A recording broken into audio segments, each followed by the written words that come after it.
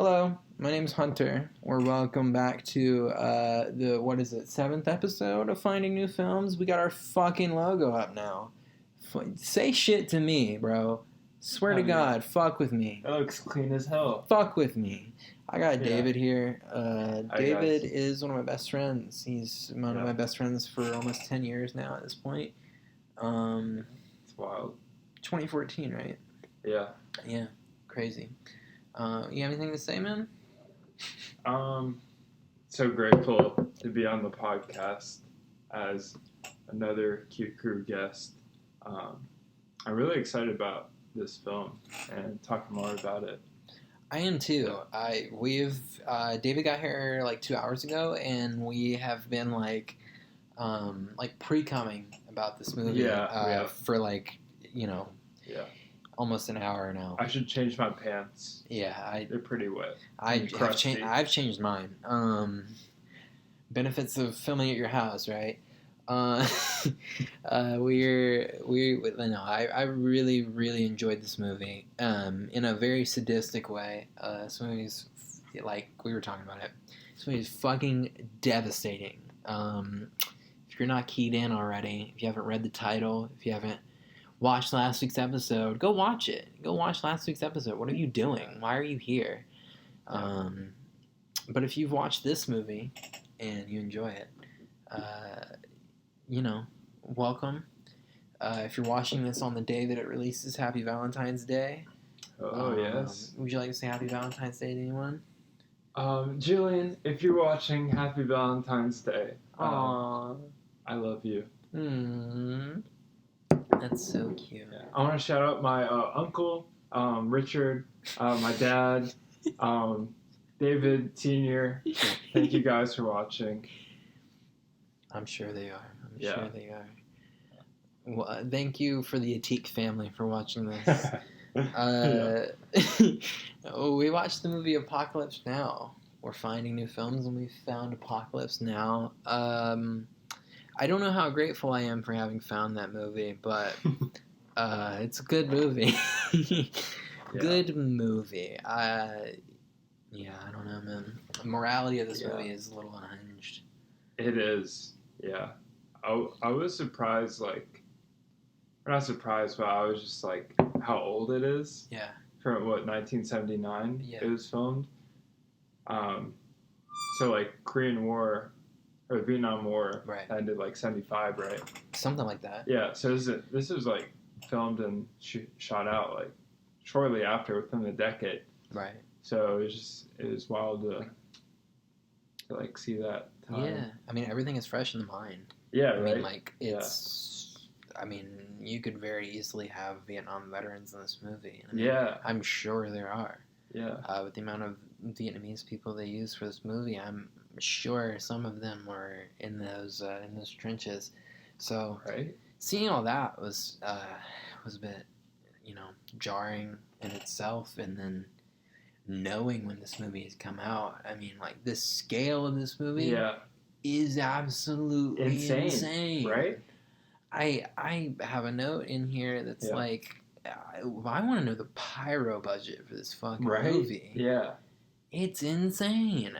It feels like every 10 seconds there's an explosion or shots fired or fire, anything. Any of those, crazy elements. I mean, it's just it's such at the forefront. I will say, I feel like no other movie can compare to this in terms of action, nonstop action, right? And just the pyrotechnics, the fucking explosions. Maybe Saving Private Ryan, but that's it. Yeah, I thought the budget for this movie was $100 million. It's $35 million. I don't know if that's counting inflation, but this shit is crazy. Absolute cinema. Cinema experience. Even watching it in my house, I feel like I'm having a cinema experience. Yeah. Because the score of this movie is incredible too.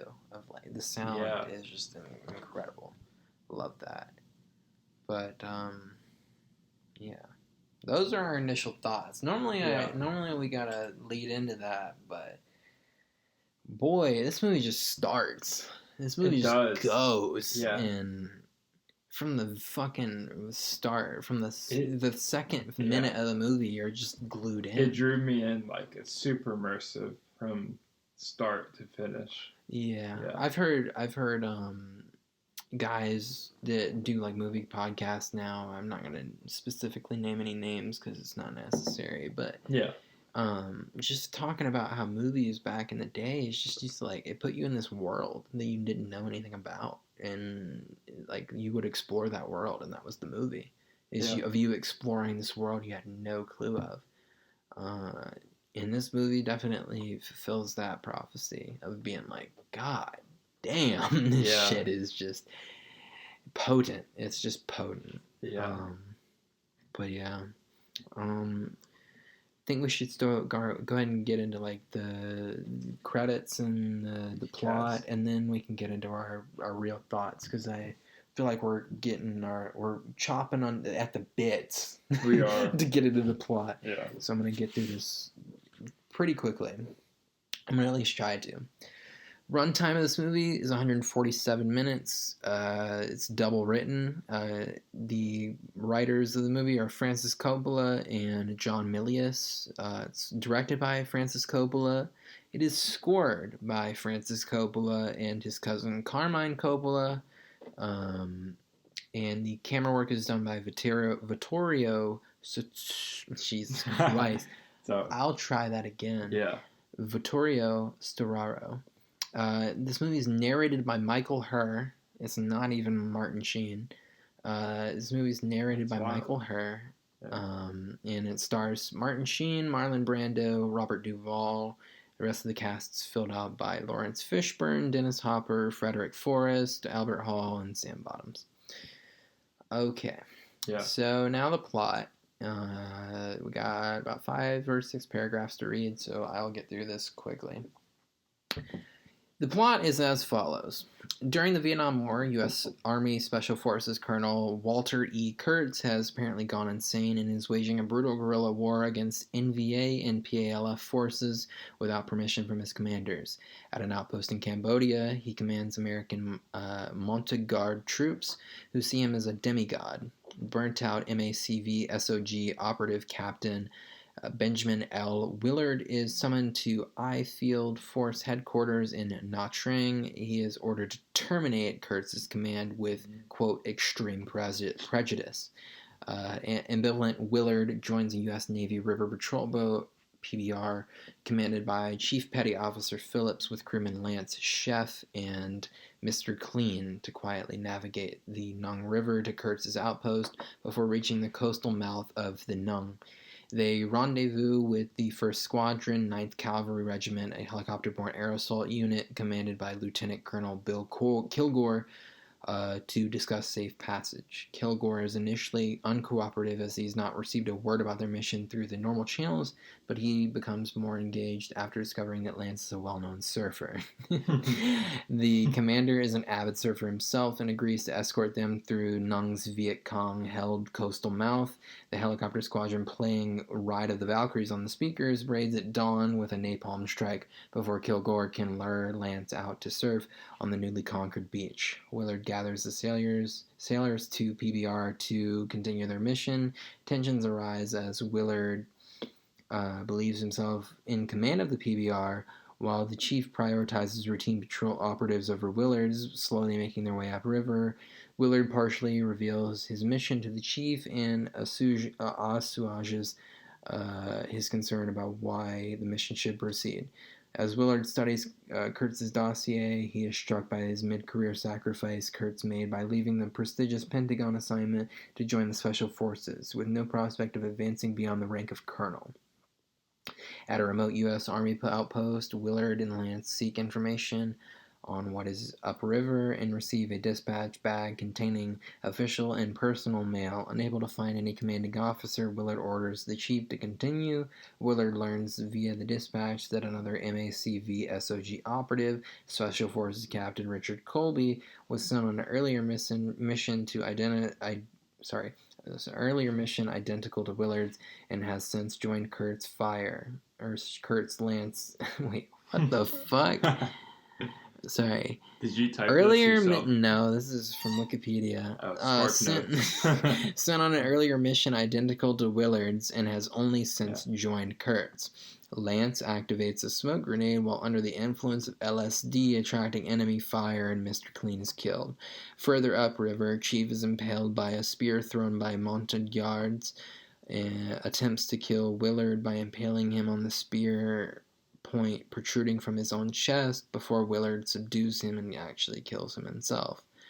Willard reveals his mission to Chef, who is now in charge of the PBR. The PBR arrives at Kurtz's outpost, an abandoned Angkor Empire temple compound teeming with Montagnards and strewn with corpse severed heads. Willard and Chef and Lance are greeted by an American photojournalist who praises Kurtz's genius. They encounter a near catonic Colby.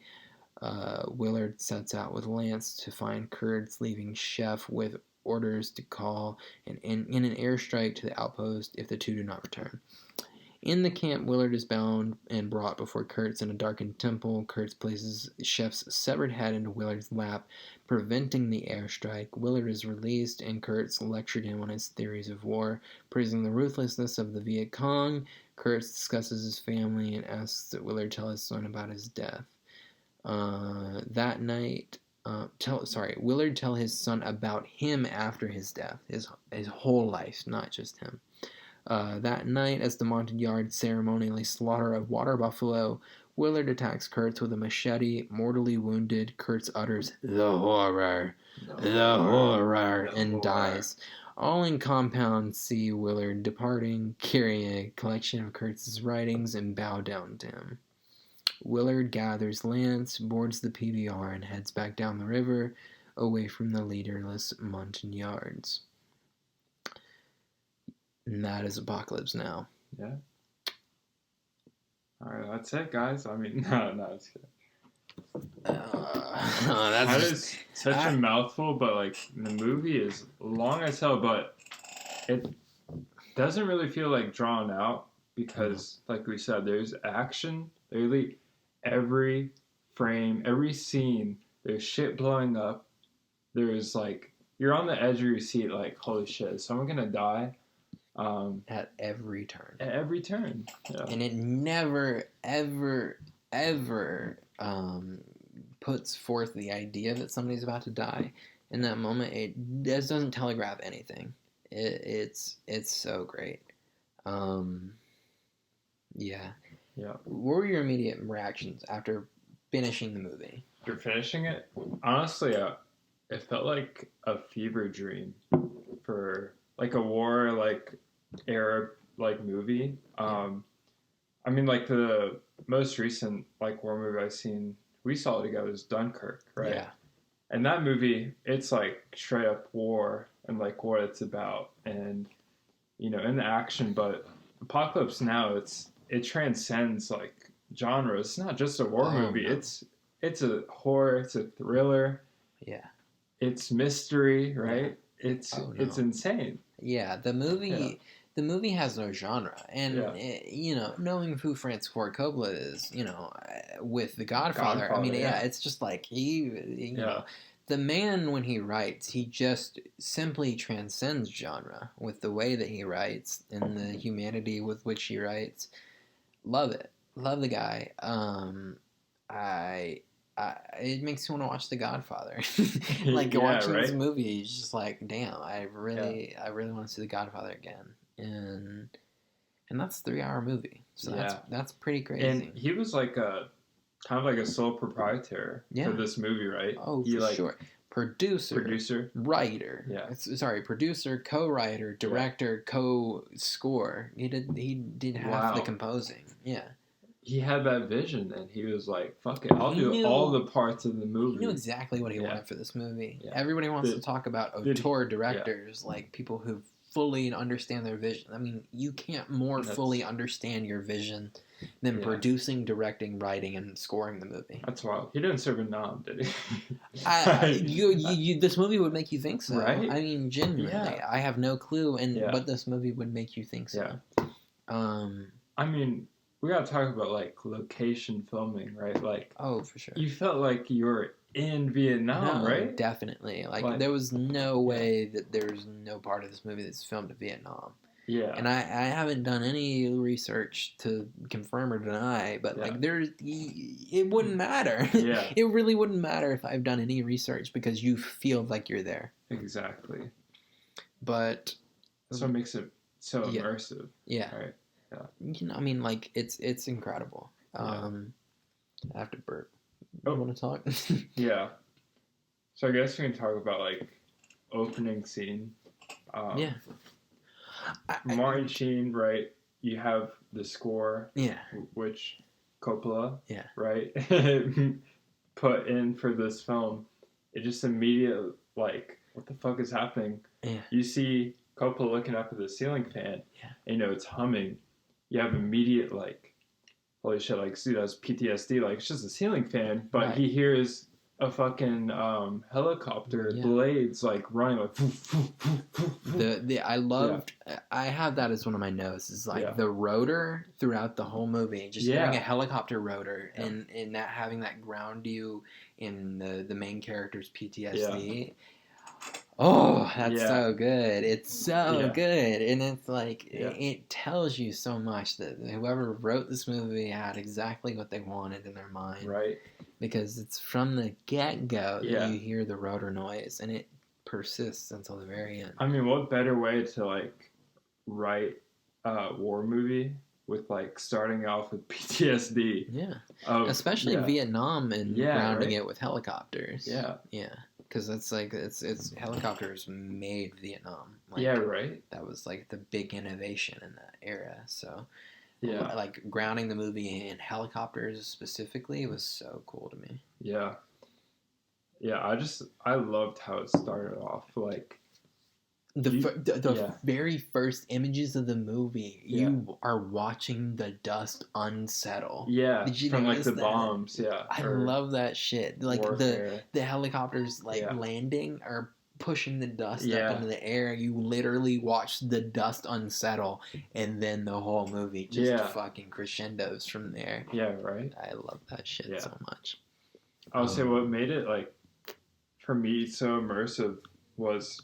You were saying the opening scene of Martin Sheen.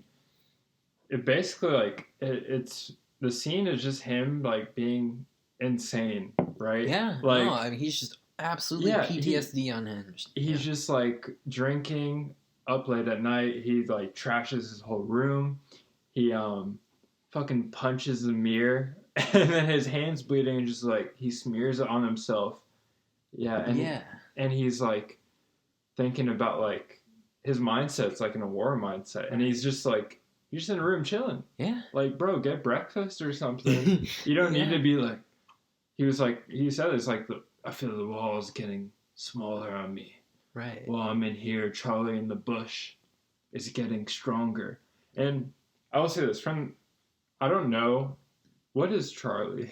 Who is Charlie? The Viet Cong. The North Vietnamese people. Because in this movie, Charlie is name dropped a lot, and it's like Charlie's really hairy. God, that must have been like completely like disorienting from your perspective. I wanted to look it up. Like, who the fuck is Charlie? Is he like some great boss? So the Viet Cong, Viet Cong in military language, Victor Charlie. Yeah. So they call him Charlie. Oh, okay. Yeah, it's just the way they would call out Viet Cong because it's VC, and then. In their language, it's Victor Charlie, so they would just call him Charlie, or random racial slurs.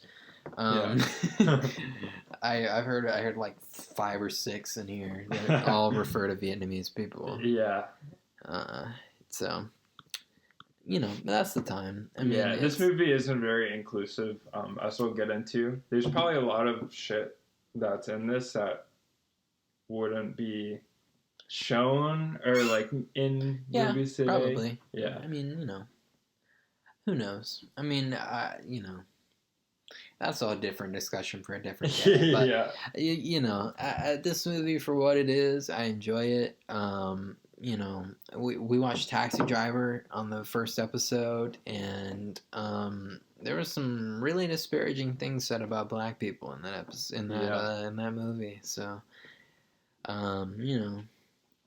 Yeah. Glad Daniel was there to respond to that type of stuff, but to have some inclusiveness. Right. Yeah. To give it a little bit of like, okay, we understand that it's a relic of the past, and I think I can appreciate it. I for sure can appreciate it for that.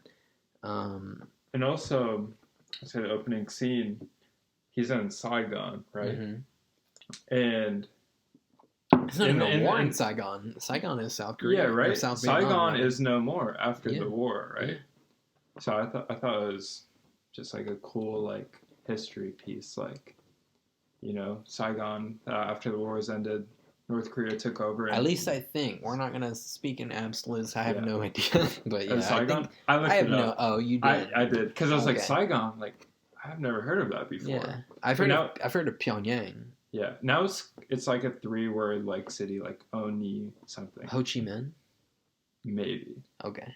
Yeah, but I thought it was interesting, and then he's in his room, trashes it, and the soldiers come up. And they don't give a fuck about the way they throw him in the shower. Right? You're just like, okay, buddy. That looked real because, like, I don't know if anyone watching has taken a cold shower, but once you get under that water, you literally will, like, like, scream. And in that scene, it looked real. Like, he looked like discomfort, uneasy. I'll add this. Yeah. Chris was here. One of our friends, Chris, was here last night. We watched a movie. We watched I Love You Man together.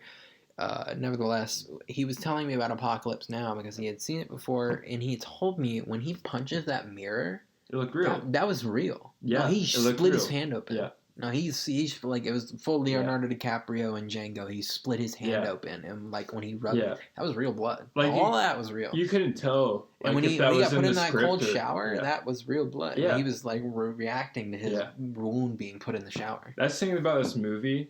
You can't really tell like what's in the script. Like, oh, we're gonna film this scene. It kind of just looks like these actors are just doing such a great job for their roles that it's just like. They're immersing themselves so well in method acting that it's like, fuck, like, this dude has PTSD. This dude's insane. I mean, Lawrence Fishburne is 14 years old and he plays the fucking, like, the trials and tribulations of a Vietnam soldier with, like, a great sense of, like, childlike wonder. Yeah, right. And for who his character is perfect. Absolutely perfect. Yeah. And to know who Lawrence Fishburne becomes later on, you realize why. Yeah. But, I mean, Jesus. I mean, if you had told me in 1979, oh, that kid's fucking 14, I'd have smacked you in the fucking face. There's no way. Yeah, right? There's no way. Yeah. It's incredible. The whole movie delivers on every piece, every section, every inch of the movie. It just delivers, and I love it so much. I mean, I didn't even recognize him when he was in there because he's so young, right? You think of Matrix, and he's like older. He's like, well, I mean, you even think in Matrix. I mean, the guy's only fucking what? So in 1979, he's probably 15 because the movie's probably been filmed for like a year before they were like doing post stuff. Yeah. So, I mean, like, he's probably 15 in 1979, so you think, what, the first Matrix came out in 99? Yeah. It's 20 years later. He's only 36 in that movie. And, like, it doesn't feel like it either. Yeah, no. I mean, like, the guy only now is in his 50s, and it's the 2020s. And, I just, that part of it, just really, that perspective of it, just really just grounds you, and you're like, holy shit. This guy is super fucking young. And then you see a young-ass Harrison Ford before he ever really became famous. Yeah.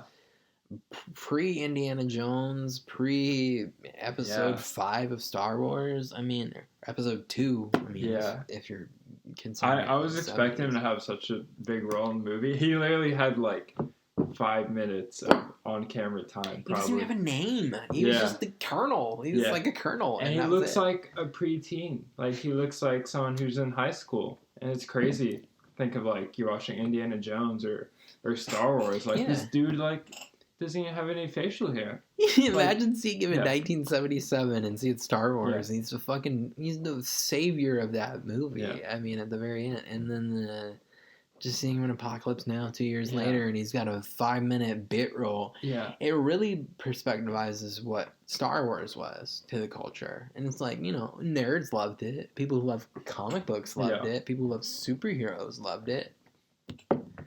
Fuck if I care in the film industry. I don't, that doesn't give me shit. It felt so nostalgic for, like, seeing this movie the first time, knowing these actors, like, more so in recent time than back in the day. Right. It's just like, it was cool to see, like, oh damn, like this is kind of like their first, like, roles and stuff. And yeah, I mean, you think of it now, it's like Chris Evans, like, one of his first roles is fucking Captain America. One of his first, like, major roles is like a $100 million franchise, and then he has to go and prove himself as an actor after that.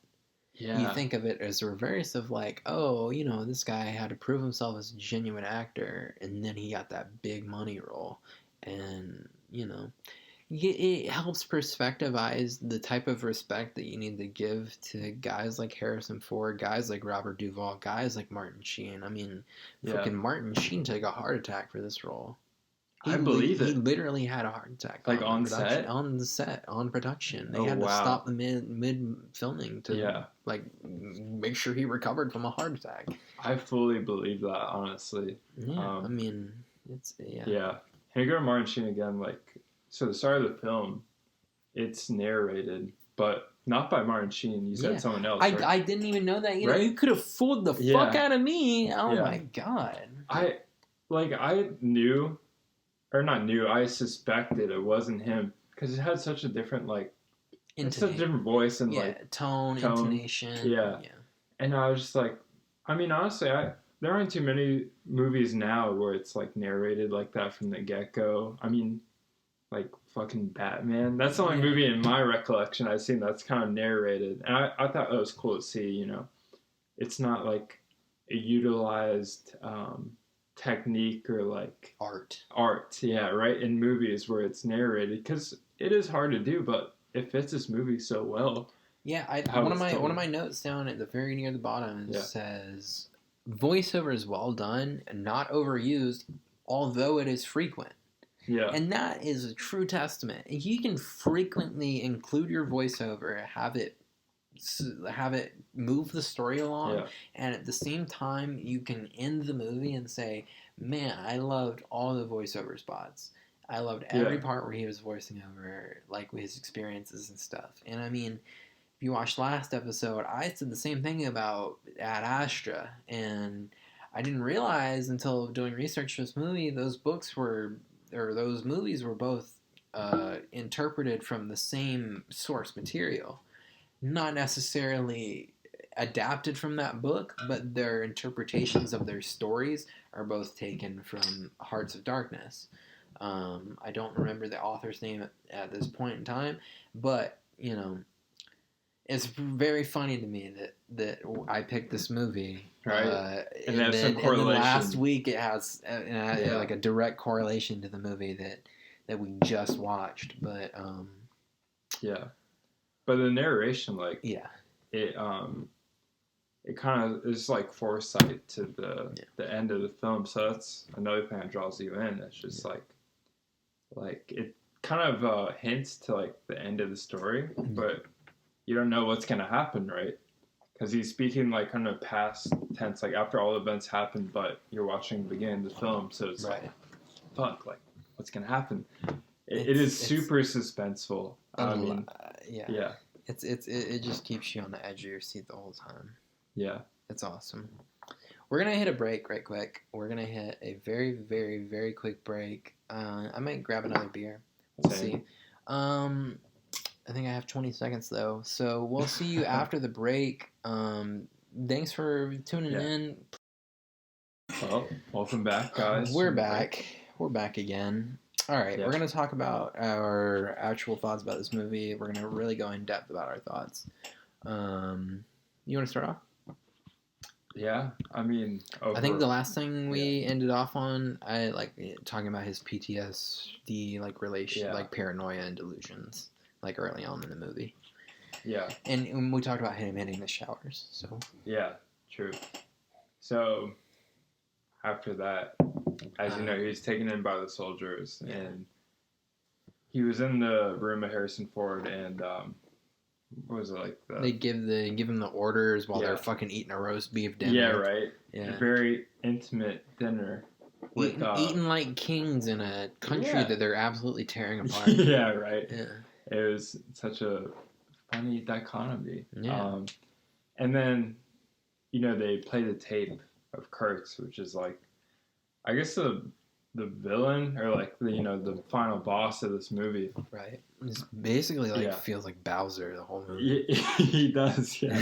And they play the tape, and he's basically gone insane, and then when you're watching this, when I watched it, it was like Martin Sheen, like, he's insane. Why are you guys giving him this mission, right? To like go out in the fucking jungle in the middle of this war and try to find someone like of this caliber, because he was like a high up like general. Yeah, CIA agent, CIA agent. Marine assassin. Yeah, and like go in and terminate him because it's all like off papers, right? Like he's gone too far. Like he's not using sound methods anymore.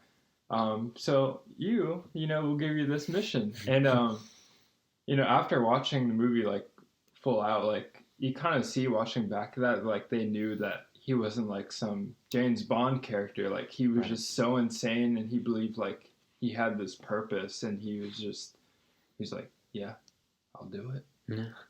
Yeah, and it was just I have to. It's my calling. I love when they were like playing the tape of Kurtz, like talking about the snail and the blade. He just completely zoned out and just like.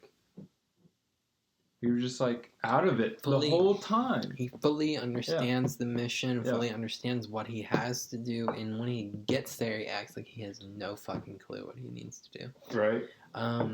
Even though when he leaves and he makes his first like contact, he knows full well what he has to do, what he's there to do, what he is tasked to do, what he knows he wants to do, and. But at the same time, he's curious because, like, he can almost relate to that person, right? Oh, for sure. Because he's just so out of it. He's just like, well, maybe I want to know, like, where he's coming from. Right. Like, what will I do when I meet this person? My note here says, I enjoyed that Sheen's character empathizes with Brando's because it makes absolute logical sense. I mean, it really does. I mean, you think about what you've seen in the first 5 minutes of the movie, and you compare that to anything that Marlon Brando's character has said to be done, and you're just like, okay, so what's different about these two guys? And it's so them painting that in such that way is so cool to me. Because it definitely just kind of sets the scene, sets the characters. Yeah. You really have a true idea of the themes going from the 10th minute of the movie to the 146th minute of the movie. I mean, like Martin Sheen, like he talked about like his life in war and his life at home, and he said this line like stuck with me. He was like, "When I'm there with my wife, I'd rather be in the jungle.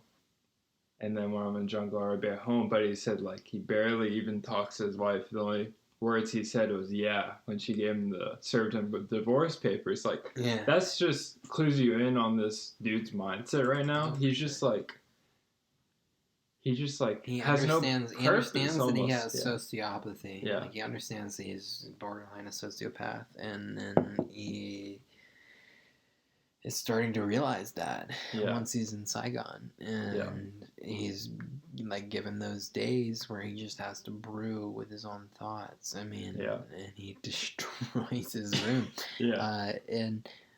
And it does a lot that we have spent like 15 minutes on the first 5 minutes of this movie. Right. So it sets up the whole thing. So I mean, it really does. I mean, it really helps you understand who everyone is going into this movie. It's like, the military is just his driving force. He himself is his own morality. And yet, that morality can still be tested by war itself, and that truly plays more of a role in this movie than Martin Sheen even does. I mean, he's there for sure. I mean, he has a great performance in this movie. Yeah. But at the end of the day, I mean, this character has more of a performance than the actor does, really. So, I mean, I think that's beautiful. You have anything else to say about, like, the opening of the movie? Because I think we got to move on. No. I mean, from the opening scene, like, what you get from Martin Sheen's character, like, he stays like that through the entire film. Like, you're just kind of emotionless, like, sociopath, what you said, just zoned in on this mission just because, like, that's the only thing he wants to do. I mean, he says at the end of the movie, he's like, no, I'm not an assassin, I'm a soldier. Yeah. He feels like he's serving a purpose. And no line in the movie fully, like, represents what this movie is more than that. Yeah. He's quite literally just a soldier. And we'll get to more of his emotions on that, like, later on. I want to move on, though, because we've spent way too much time on this. I want to move on. I want to say, I don't have any notes about, like, meeting the captain of the airborne or anything. That dude is unhinged. He's and crazy. We all know that. The death cards, bro. The death cards. He's just like, oh, you look like a jack of all trades. You fucking look like an ace of spades. When he popped the opener, I thought he was like a carton of cigarettes. Right. This man had cards. He was just tossing in to indicate who the fuck he thought you were as a person. Yeah. And, like, just to be like, oh yeah, no, I did that.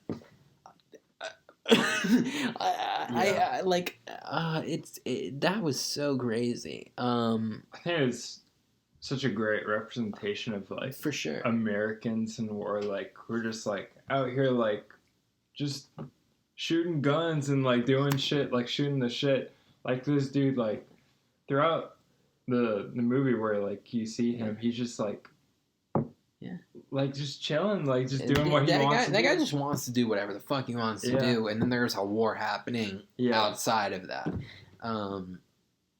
It's crazy. The loss in this movie is shown in such a surreal way.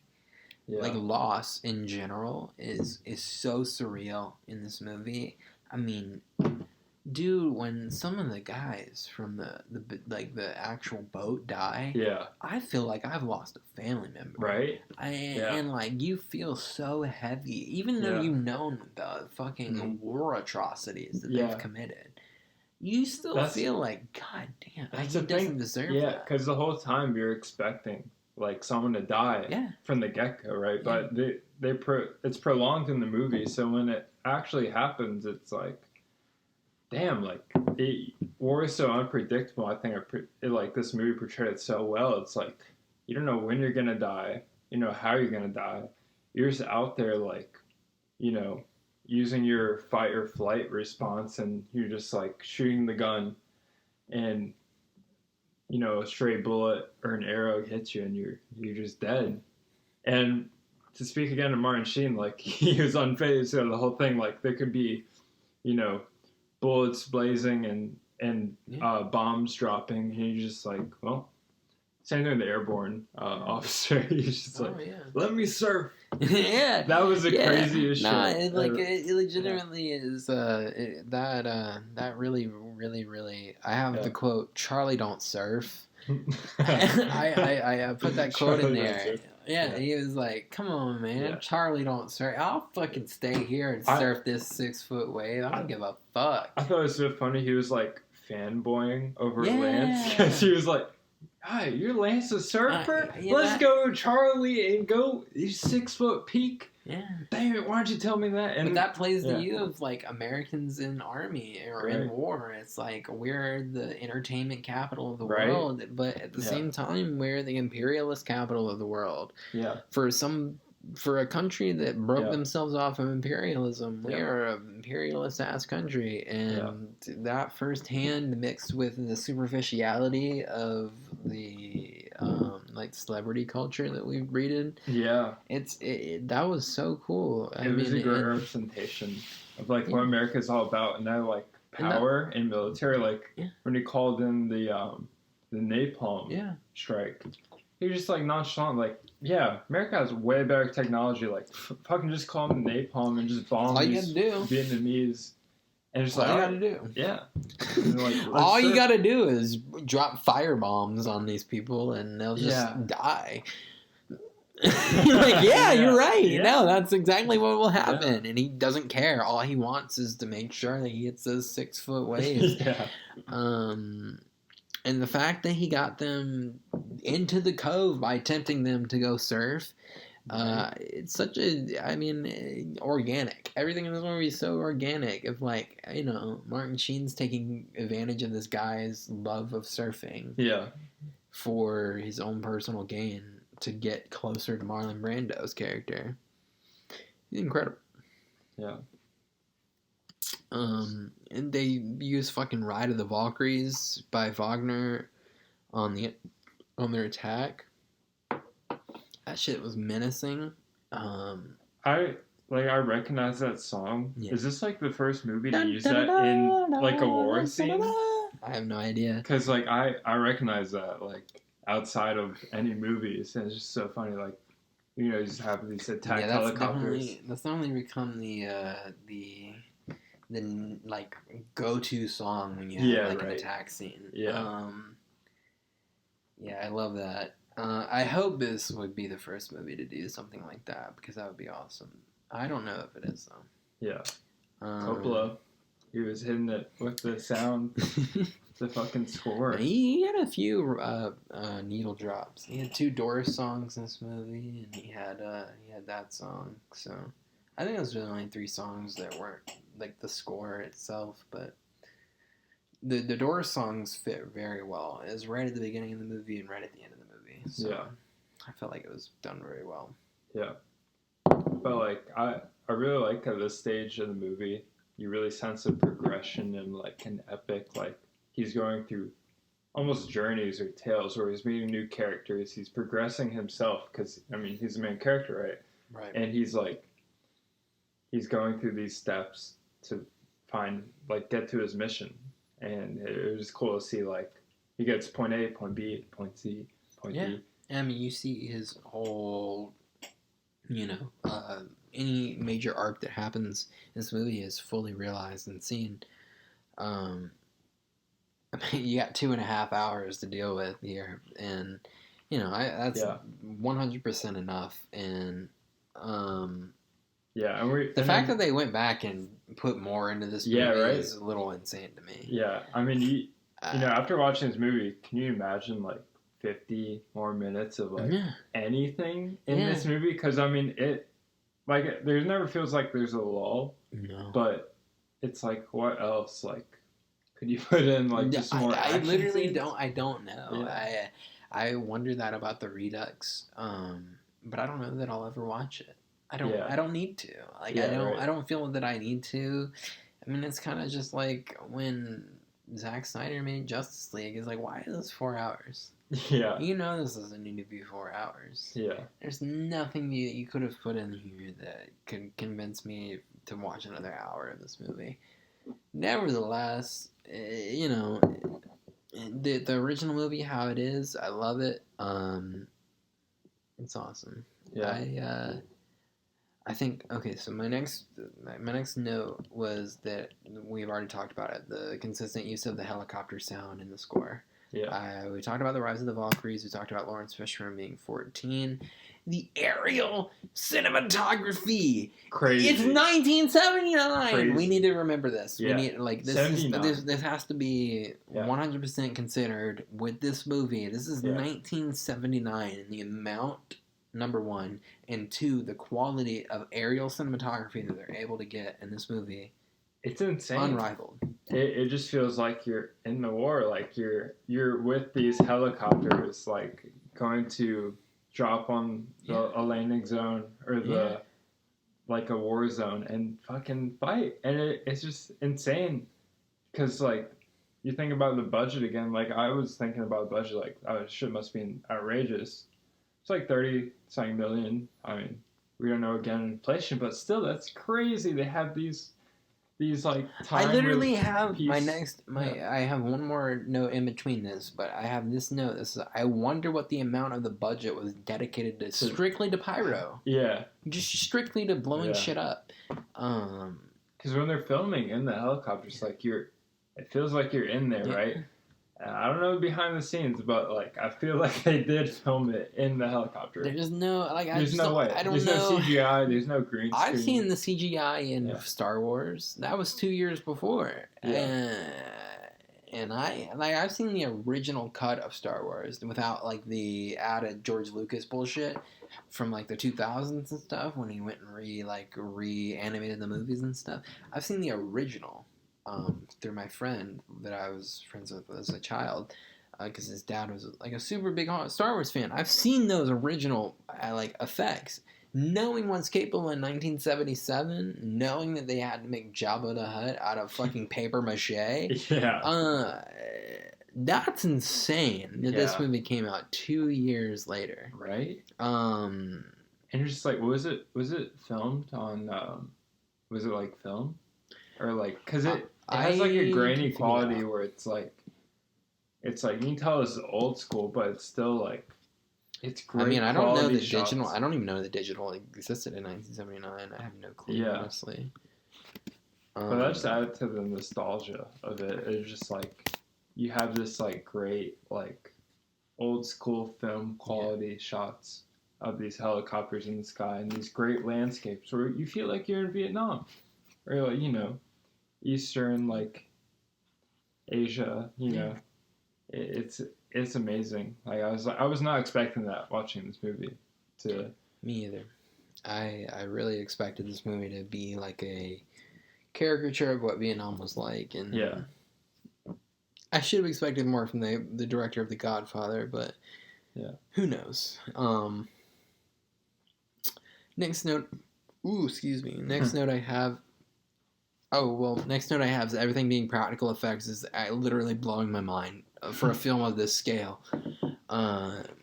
We already touched that. I don't even think that's the whole last 5 minutes.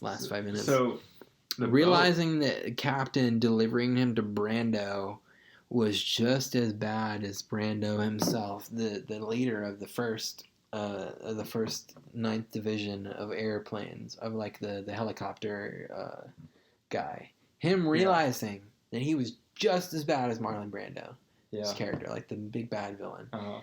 Him realizing that he was just as bad, if almost worse, than the guy who meets at the very beginning, is a great way of kind of painting, in my opinion, of like these guys are truly not in tune with what's going on in the world, and they have completely lost it.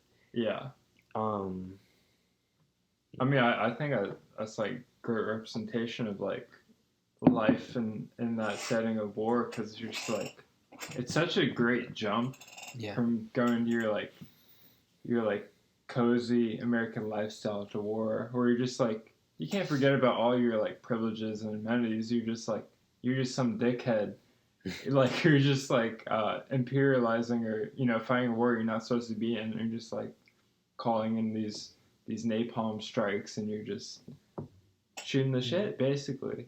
And I was like, damn, like that seems like what it was actually like, almost, I have one of the quotes from Sheen's character in the voiceover from when he was talking about the guy, the chief, the commander that liked the surf so much.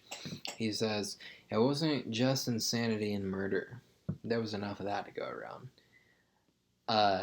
That was an incredible line. I felt like that just kind of really put our thoughts into perspective more than anything. It's like, these guys don't really fucking care about death or hardship. None of that matters to them.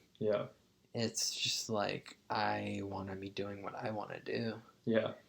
And there is like one or two brief scenes, I don't know if you remember, like of soldiers like in the helicopters after they landed on the zone to surf, there's one soldier who was in the helicopter and was like, I don't want to go. I'm not going. I don't want to go. I mean, honestly, I totally relate to that, right? Because like he's not supposed to be there. He doesn't want to fight in this war that doesn't need to be fought in. And it's just like, it's a great comparison of like these people who are here just to like innocence versus fucking, absolutely off the hinges. Yeah. Yeah. Insanity. And I mean, what next scene is the boat, right? Yeah. Where we meet Fishburne and all the whole crew, really. And Fishburne's the youngest character we see in the film, and he's just so like gung ho and kind of like youthful and he reveals he's 17 in the movie. That's more heartbreaking than anything else you ever hear in the movie. Yeah. Clean. Yeah. I don't know why his name is Mr. Clean. Mr. Clean, not the magic eraser, Mr. Clean. I mean, we don't know. That's true. Who knows? Yeah. Yeah. I honestly, I didn't have much. I think actually he met the crew. They like went through the crew before. Before they hit the beaches and like napalm the beach and stuff. Yeah. The next note I have after them with that, like that big beach arrival scene was Chef seeing the tiger when he got off the boat, and they told him not to get off the boat. Martin Sheen vehemently tells him, do not get off the boat. Don't get off the boat. And they see a tiger. Yeah. They both get scared shitless, and I genuinely thought that was Chef's breaking point. Like I did too. I thought Chef was gone after that. Yeah, right. Because I mean, that's such a huge part of the movie. I feel like never get off the boat because you don't know what's in the jungle, right? Like, honestly, to me, he even reaffirms it. He says, "Never get off the boat." Yeah, that's damn fucking right. You don't know what's out there in the jungle, and for me, being confronted by a fucking tiger over like getting shot and you die, like instantaneous death, right? But if you see a fucking tiger charging at you, you're gonna get mauled to death. Like that's scary to see that animal come at you. And it's just like unknown because he was going out there for mangoes. Yeah. Like it's just like, god damn, you don't know what's out there. And it's just like, he's like, nope, I don't want to do this. There's so many humans out there trying to kill him, and the fact that a tiger was almost his end is like devastating to him. It's like, well, fuck, I've been out here for so long. I've seen so much violence. I've seen so much unhinged shit. The fact that a fucking like big cat was almost the end of me is like, I don't know. I think that would send me off the edge a little bit too. I mean, he was probably already like pushing the point, and that tiger just like, fuck, like that has scared the shit out of you. Yeah, I don't know how I wouldn't. Yeah. But the next quote I have here, I have a quote. It's a quote from the movie. I have, the bullshit piled up so much in Vietnam, you needed wings to stay above it. And that was his thought process while he was still thinking about Kurtz, and he was still thinking about everything that he's done, and throughout the movie it consistently teeter-totters between him understanding where the Kurtz is coming from and at the same time not understanding at all where he's coming from. He sees truly through the insanity that Kurtz has created. Yeah. And at the same time can also empathize with that insanity because he knows where it's coming from. I don't know. That really spoke to me a lot. The USO show was a great representation of how animalistic war makes men. Yeah, they were all fiending over those 3 playboys. God, yeah, that scene is almost hard to watch. I mean, it's like by the end of it, they all like just straight up want to rape. Yeah, like all 3 of those women. They start charging the stage and like asking for autographs and shit. It's like, Damn, they start fighting each over who's gonna get the women. I mean, it shows the nature of man. Exactly. You don't see a woman for months, and you see a Playboy model. Yeah. And you're just like, oh my god. Yeah. Then after that, we see Curtis's letter to his son through the voiceover, and Jesus Christ, oh my God, that guy, he has to die. Like, there's just, there's nothing, there's no saving that guy. And, and the distorted noise they play during the score, whenever Kurtz is brought up, that like, it's like, it sets the tone for him. He reminds me of, like, almost Thanos. Yeah, like, no, definitely. Where you're like, oh my god, this guy is fucking... He kind of resembles, like, Wilson Fisk a little bit. Oh, yeah. Big, bald head dude. Oh, yeah. Yeah. That puppy scene is brutal. Yeah. That's just that whole scene where, like, you know, you're in the boat. You know, you can only imagine, like, what's out there, and you see a person, you're so on the edge, you're just like, that's what, to me, like, that was one of the moments that stood out, because, like, you don't know if they're going to kill you, you don't know if they're innocent, they're just so, like, gung-ho, they'll just fucking get on their machine guns and kill you, and, like, Chef, like, is, like, basically, you know, over the edge at this point, it's like, this is what it was, a puppy? And Lance and Chef are fighting over this fucking puppy. It's so cute puppy. Little Labrador sign. It's just so sad, like, innocent lives. Throughout the movie, too, like, just innocent civilians are killed without prejudice. Yeah. Like, it shows, like, what war is actually like, you know? It's not just, like, bad guys versus good guys, where it's not like A and B fighting each other. It's like there are people in the crosshairs who had nothing to do with this, and this film portrays it perfectly, where it's like there's herding their animals or farming, and they're just in the crossfire, and it's like, that's so sad. Yeah, it really is. They do such a good job of humanizing everyone in this movie. Not just the soldiers, not just the commanders, not just the Vietnamese soldiers, not just the Vietnamese commanders. I mean, everybody feels humanized in this movie, even the dog. I mean, when that dog falls off the fucking boat at the end of the movie, you really feel for that dog. And it's, I mean, you know, there was soldiers around when the dog fell off, so I'm sure that dog made its way to the shoreline. At least I very much hope so. Yeah. And, you know, that was one of the hardest parts of the movie. But, you know, that is what this movie is. Yeah. Just throughout the whole thing, it, like, deteriorates almost, and, like, the order, and, like,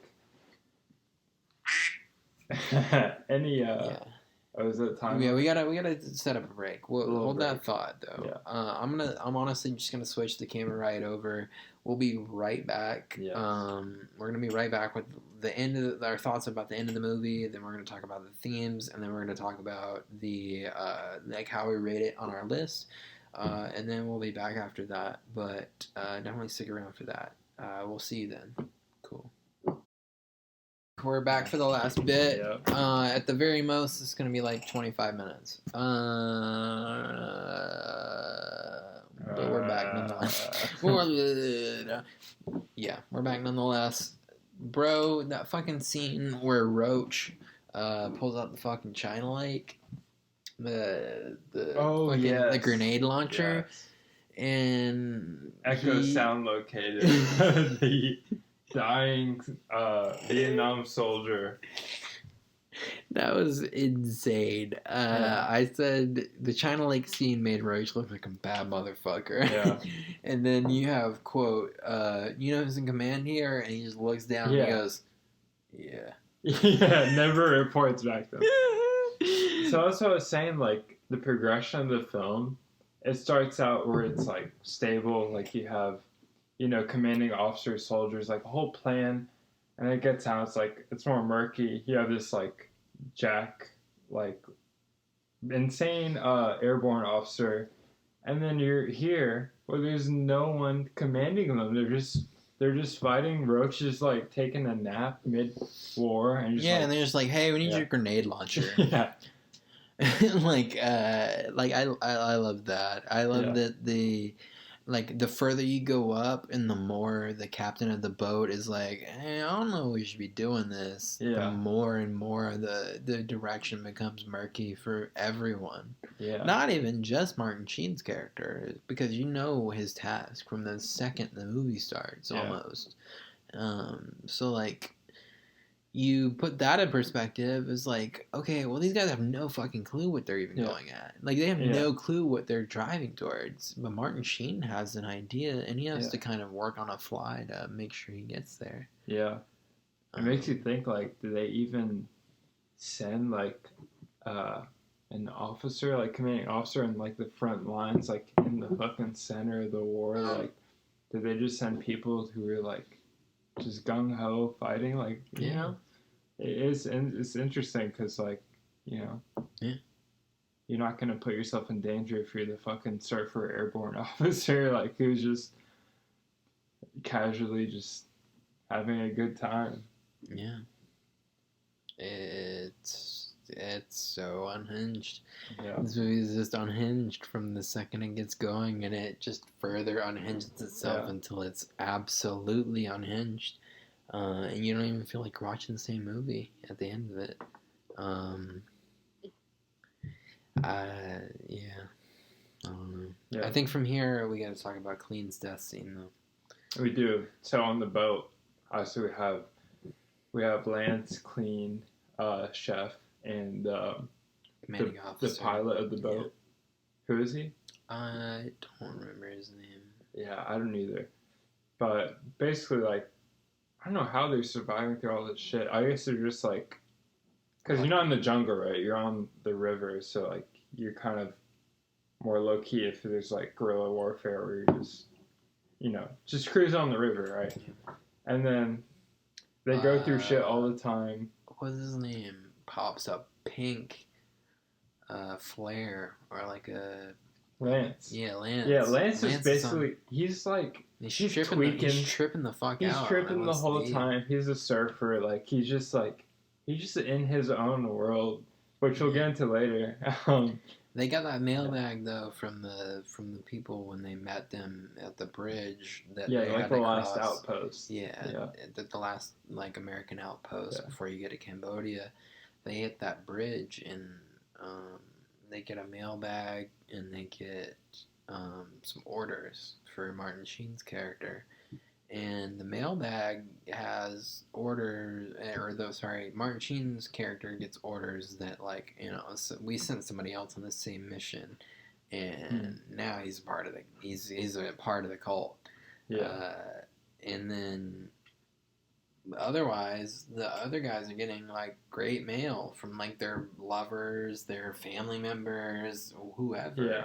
And you know they're in a great mood, and then fucking dumbass Lance fucking starts throwing like colored flares into the air, like pink flares and shit, and he's high as hell probably off that pink fucking Damascus weed. I don't know what it is. I don't know, man.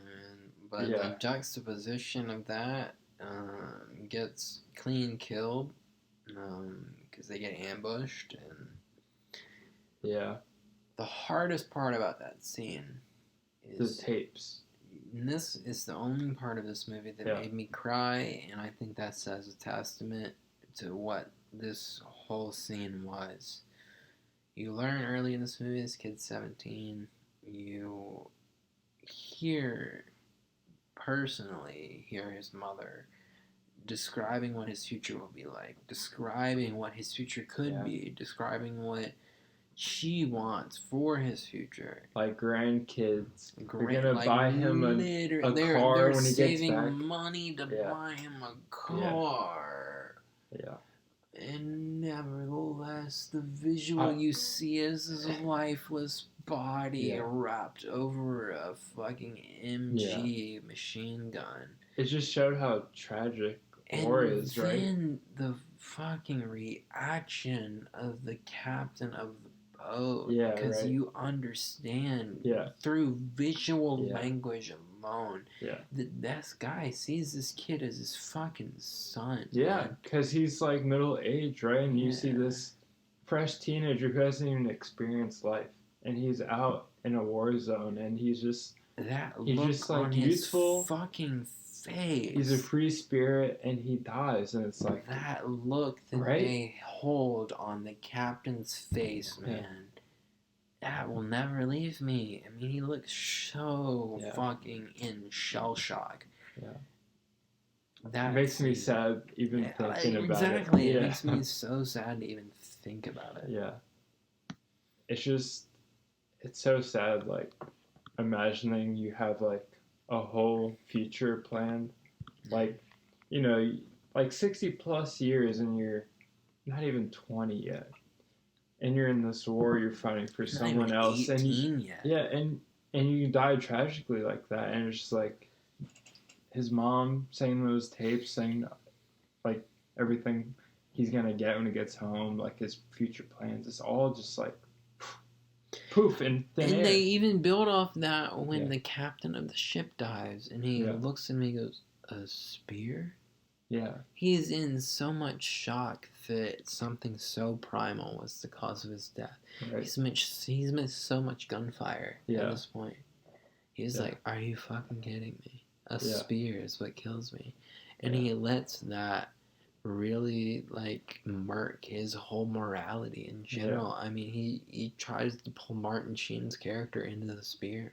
Yeah, when that happened, I was like, is he trying to kill Martin Sheen? Like, he just like, he was so fed up with him. I feel like the whole time, where he's just like, what am I doing this for? Like, you're technically like the higher up person, but like this is stupid. Like, what's the mission here? Like, what are we doing? By the end of it, he has to think like, God damn, I was really just a pawn in this whole thing. Yeah. What was my whole actual mission through this whole thing? Like, I literally am just a pawn in this. And I thought it was such a powerful moment. To, like, in your moment of death, you show so much resentment and like hate for clean dying, because he witnessed that, and like that was like this aftermath, right? And he's like, fuck, like a spear got me, like what am I even doing here? And he's like trying to kill Martin Sheen's character, because like he's the reason why they're all there. They're escorting him to his mission that's classified. And you know, you look 2 minutes earlier and he told him he was fine. They're just wooden sticks. Yeah, right. Yeah, all they're trying to do is scare him. Yeah. Yeah, and I mean, I don't know. I think there's a good justification for why he feels the way he does. No, definitely. And I think that's what's great about this movie. You can kind of understand where everyone's coming from. Yeah, exactly. They all have their... I mean, even the Vietnamese. I mean, even the Viet Cong. I mean, like, the Charlie in the movie. You can fully understand where they're coming from. Yeah. Like, these people are invading our land. Like, right. No matter if we feel like we're communists or not, like, they are 100% invading our land. And, I can't say enough about the humanity of this movie. Yeah. But I feel like we do need to move on, though. Yeah. So now we have Lance. I feel like the next part needs to be like, the USO show is funny. Like, we should touch on that. The USO show, I think we may have touched on it. We did. But the USO show is very funny. More than that, I don't want to be very funny. It's also devastating. Yeah. But the movie after fucking Clean dies, that movie turns full into darkness. It does. Yeah. And justifiably so. You see Clean die, you've seen the captain die. All you have left is Chef and Lance. Lance is still pretty despondent. I mean, through the whole movie, he's despondent. Yeah. But especially in this scene, it's just like, oh my god, this guy is off the fucking hinges. Yeah, By the time they actually get to Brando's character, you have to think he's gonna get sucked into it. Yeah, because he's like, you can imagine he's still like tripping off his acid, because you get to like the temple wherever like Kurtz is like the god basically of these natives, and that was so funny. Lance was just like fully like he just went in. He walked in and just like did what the fuck ever. He just joined the clan. Like he didn't need any information, any like influence. He just joined. They like made a funny face at him. He's like, "Yeah, these are my people." Yeah. Right. I have a note that says Lance is definitely joining the cult. There's no way. Yeah. There's none in my mind. That photographer though was creeping the fuck out. Right.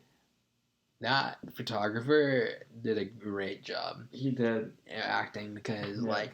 Oh my god, I wanted to punch him in the face so bad. I did too, yeah. Oh my fucking god. He was such a fanboy for like... It's not like, even that. It's like the fanboy for who he's for. Right. Like, what are you diffusing? What are you defending? And what he's defending? Like, do you know?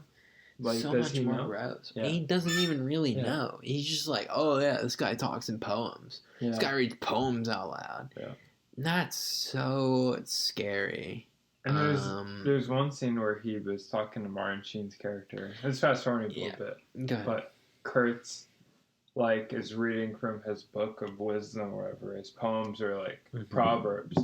And the photographer is like preaching to Martin Sheen's character, and Kurt's straight up just like, stop it, you fucking mutt, or whatever. Like, he said, fucking like, mutt. Yeah, like, he's God. Like white knighting or. You know what? Like, I have a thing written from that.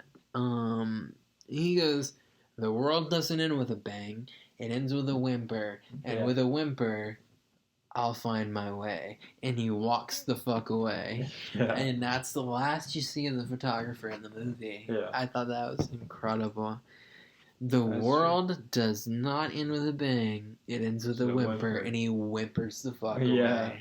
Yeah, incredible. That's true. But yeah, what were you saying about that? Basically, photographer is sucking his dick, riding hard.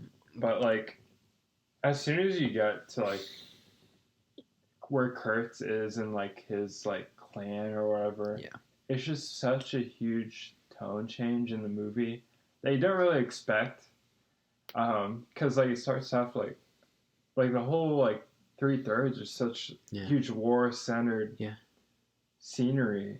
You just don't expect like this cultish like kind of mystery. I mean, it's the full last hour of the movie too. It is. Yeah. It's the full last hour of the movie is stuck with him being trapped by these people, being, you know, almost indoctrinated by these people, and fully 100% controlled by these people. Yeah. And on that note, like when Martin Sheen's character first meets Kurtz, I thought it was so fascinating. Like, you know, like the photographer. And, like, the other special ops agent who was sent on a similar mission to Sheen fell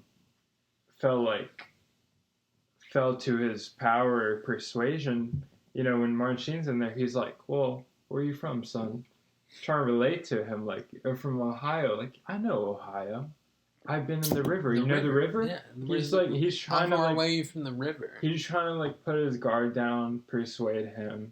And I thought that was a powerful moment because, like, I mean, in that moment, you can relate to him and be like, yeah, like, I know that place. But he was so determined in his vision. He was like, I have a job to do. For you to come to know who Marlon Brando's character is in this movie, he truly tries to endear himself and almost succeeds. Yeah. And that is what's scary about it. Yeah. The fact that he almost gets you to believe what he's saying is the full-on scary part of this movie. Yeah. And it's crazy. I mean, the fucking scene with Chef where he fucking drops Chef's fucking head into Martin Sheen's lap.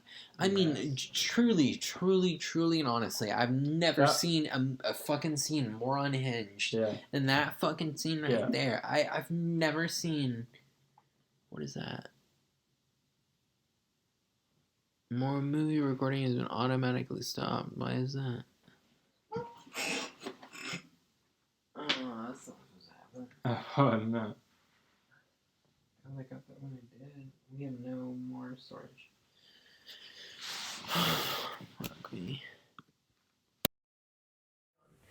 So my next point, the part where Lance says it's okay, and there's literally a naked body like hanging and like doing a 180 behind him. Yes, I remember that. It really, really, really signifies that nothing is okay. Yeah. Yeah. I think they did a good job. Yeah. And that was like one of the first things you saw, and also you're like going across this temple or whatever, and there's like severed heads, dead bodies. Yeah. And it's like, you go back to the opening scene where the officer's like, Kurt's methods are unsound. Yeah. And you're like, holy fuck. They are really unsound. They are very unsound. I don't know what he's doing, but there shouldn't be this many severed heads. Yeah, no, and nowhere in the world should there be this many severed heads. Yeah. My next note says, there it is! From Family Guy, when they announce the title. If you look in the background of the natives, they have one mantra, and that's Apocalypse Now. So I was like, fuck. I was like, that's fucking sick. Yeah. I can't disagree with that one. That's pretty cool. Next note is Lance is definitely enjoying the cult. Next note after that, not Chef! Yeah. That truly was revolting. It was a twist for me, or unexpected, because literally he dropped the head on his fucking in his hand, in his lap, and I saw who it was, and I was like, no. When Martin Sheen left the boat and was telling Chef, like, if I don't come back at 2200, here's the code, and drop the bombs, I was fully expecting him and everyone else on that island to die. But they fucking went over there, intercepted him, killed him, severed his head, decapitated him, and put it on his body. Used him as psychological and that was like one of the first times in the movie you saw his character like actually shocked, because that was basically the last person that he actually cared about. Yeah, I mean, Lance is just he's just out of this world. Like, he's not there. And you see that when he just joins the cult without any thought. Like, he just falls in and just he's another person. That's where the world doesn't end with a bang. It ends with a whimper line comes in. Kind of like right after that, he's like listening to Martin Sheen's character. I don't know about it right after that, but like maybe 5 minutes after that, he's listening to his character, Marlon Brando's character, like really talk about like the loss of war and like the casualty of war. And he says the world doesn't end with a bang; it ends with a whimper. After he gets fucking scolded by Marlon Brando, and and then Marlon Brando after that has the quote, and he says, "You have the right to kill me, but you have no right to judge me." And that might just be the most profound thing in this whole movie. Yeah. To me. Because throughout this whole movie, I've reserved the thought, Martin Sheen is no different as a character, as a person, as a human being, as Marlon Brando's character. Yeah, and they are the same person. They are, yeah. And from the get-go, you get the idea that he does not see what the United States government sees in the need to kill this man. Yeah. Until he gets there. Yeah, right. And he really sees it for himself. Yeah. And he really changes his mind after that. Yeah.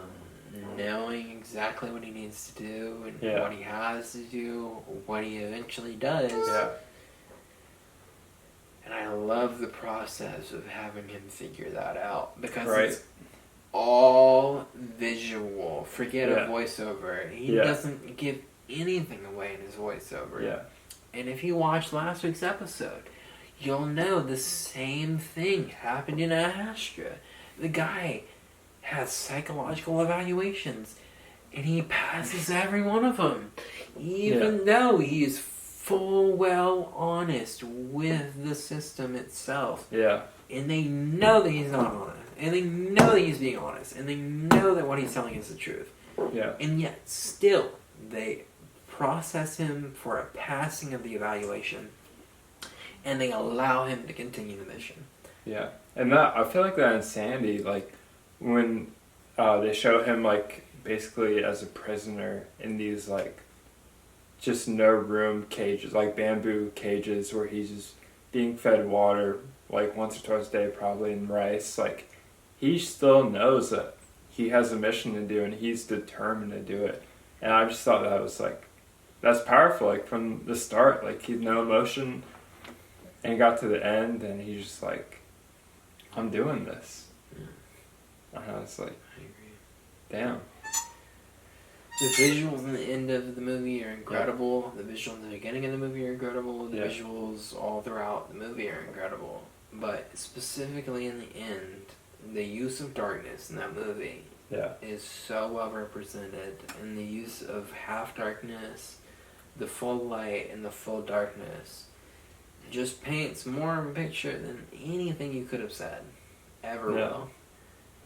Seeing him be the prisoner of war fully in the light, seeing him see himself in Marlon Brando's character and being the half-light when after he kills him, and then him seeing himself in the full darkness when he's about to take over that role before he actually walks away and decides that he doesn't want that. Yeah, he was looking at like his memorabilia and he said like, or the beginning of the movie, the officer was like, if you do this, you'll be promoted to like a high commanding officer or whatever, and he's looking at his accolades, his memorabilia.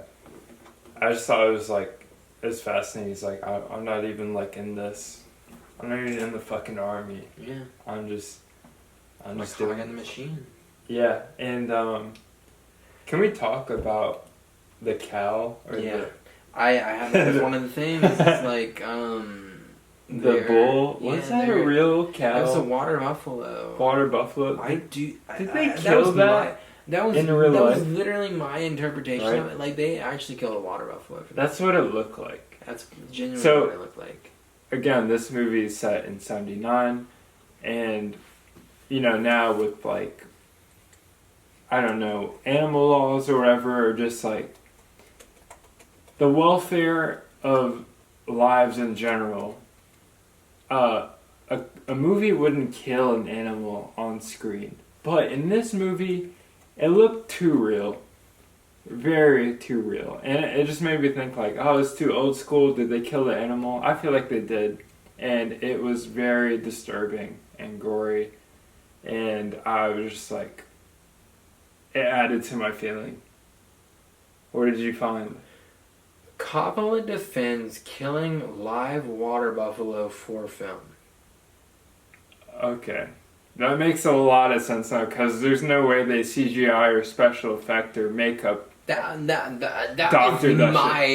took my whole shit out of my mouth. Yeah. That was fucking insane to me. That was the most uncomfortable I felt in a while watching a movie, because it's like, that animal looks like it's being killed, and it is. I don't condone that. I mean, at all. Yeah. I'm beside myself right now, knowing that that's real. Yeah. I will end it with this. Just my thoughts about the whole shit. I have a note about it. I said I love the side-by-side comparison of the bull being struck down. Knowing that it's real, though, I hate it. I'm just going to finish my thoughts because I need to get through this. I've talked about this movie a little too long. Next quote says, quote, the horror. If you've seen this movie, you know exactly what I'm talking about. In that last scene, it feels as though Martin Sheen has killed himself. The way that he reacts to it, he's so distraught by the killing of Marlon Brando's character. It really does feel like he's killed himself. Yeah. The shadows are so well indicated by like how his emotions are in that point. He is the same as Marlon Brando by the end of that movie, but he just chooses to go home instead. That's really the only thing that separates them from being the same person. And so he, after he killed Kurtz, I would say that's his breaking point. Yeah, he Everyone was worshiping him. He was like, he was done. He threw the fucking machete down. He's like, I just want to go home. Because beginning of the film, he said, I regret taking this mission. This is the last mission I ever want to take. Mm-hmm. And, you know, you go back at the end where he gets Lance from his fucking LSD out mind. He's high, probably. And they go back home and they call in the strike, right? Because they showed the burning temple. So everyone there is probably dead. And he asked for it too. I mean, you look in that book, he says, he's like, look at my manuscript. He looks in it, and it's one page that says just exterminate them all. Exterminate all, yeah. You know that Marlon Brando's character at no point has learned anything in this movie. And you know what?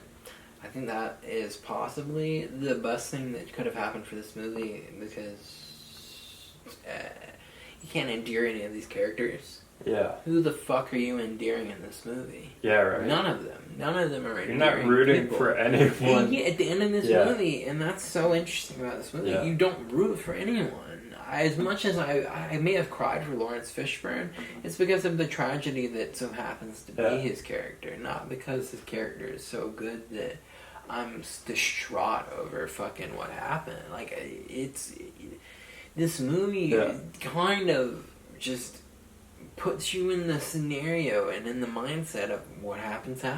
Yeah. And if you're not ready for that, you're not. Yeah. And you need to find something else to be ready for. Love it. Absolutely love it. So on that point, we're getting to the ratings. Yeah. I chose this movie, so I feel right giving it the first rating. This will be the highest ever individual rating for a movie. Yeah. In Finding New Films history, I have given this movie a 9.75. I put 1.5. I put 1.5. 9.75. I absolutely love this fucking movie. I was gonna give it a 9.5. 9.5 at Astra. Yeah. I'm so sorry. You've spent so much time at the top. This movie cumulatively is a 19.25, and yet again, the highest rated movie in podcast history. FNF history, man. Yeah. 2 weeks in a row, and it's so funny because these movies are derived from the same book. They are written and adapted from the same book, and that honestly is really funny. But your new FNF champion, as of right now, is Apocalypse Now, and I fully agree that should be. And I don't know. It has such a unique feeling that it invokes as a film. It has such a unique humanity. Yeah. Yeah. You can't compare it to like Airplane or Taxi Driver. It just has so much more depth and real life relatability. You know, like this is like. I didn't think Airplane would, honestly, when I picked it, I didn't think it would compare to any of these movies. Yeah. Whenever we watch another comedy, that'll be what it compares. Yeah, exactly. But,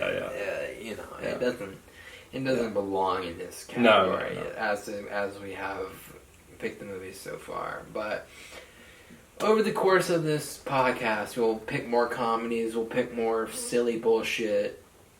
But right now, we're really drilling this genre of serious shit that we've never seen, that we want to see, that needs to be seen. And I'll be straight up. I mean, this movie, I feel like this movie needs to be seen. Yeah. I mean, it does. If anybody wants to have an opinion on war, on soldiers, on any aspect of war whatsoever, you should see this movie and understand where this movie is coming from. Even if you don't like it, you need to understand where this movie's coming from. And I mean, that's really all I can say. You have any closing thoughts? it's not for the light of heart. I agree.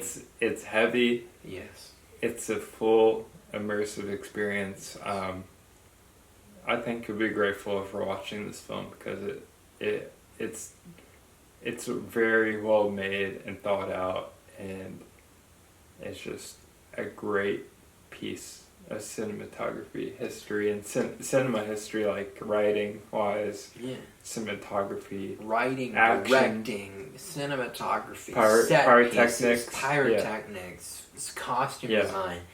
Every part of this movie deserves recognition, and the fact that it nails it in every aspect is why this movie is number one on the Finding New Films list. I mean, genuinely and honestly.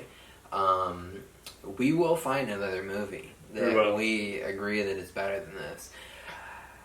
With the ratings we've given, I don't know how quickly that will happen. Close margin. Very thin margin. You literally almost have to be perfect to have beaten this movie. And I will say, without a shadow of a doubt, this movie is close to perfect. Yeah. And I truly believe that. And I agree. Yeah, so, I mean,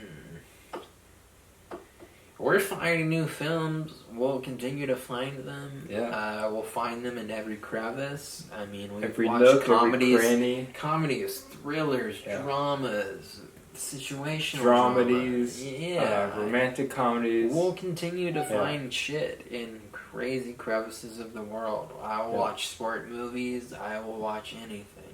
We will see the movies, and they will get compared. They may not be as great as this one, because this movie is incredible. But we will find new films. This has been David. I've been Hunter. You'll see me next week in the chair is up for dispute. I have no clue. I don't know who's going to be there. There'll be a new guest. We'll see, though. You'll see, and I'll post about it on Instagram. Follow us at Finding New Films Podcast, I think is the name of the thingy. Give me 1 second. It's yes, it's Finding New Films Podcast on Instagram. You can also follow us at the Q Crew Productions on Instagram.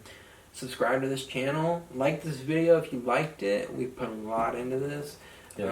Please comment your thoughts if you have any thoughts whatsoever. Doing the PS5 giveaway on this video or another video? If you like this, please subscribe to Ex Machina. If this gets 1,000 likes, we'll give away a PS5. Yeah. But this is parody reasons. Contact we'll give away David's PS5. But it's just a PS4 with the 5 written over the 4. It's not actually a real PS5. Yeah. Don't get too greedy though.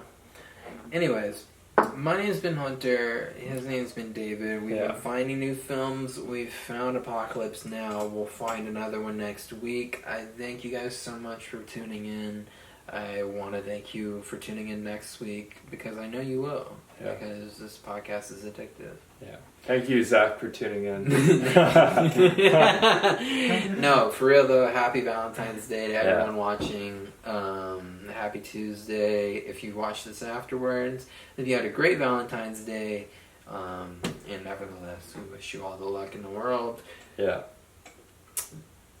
I've said too much. Goodbye now. Thank you so much. Good night, San Diego.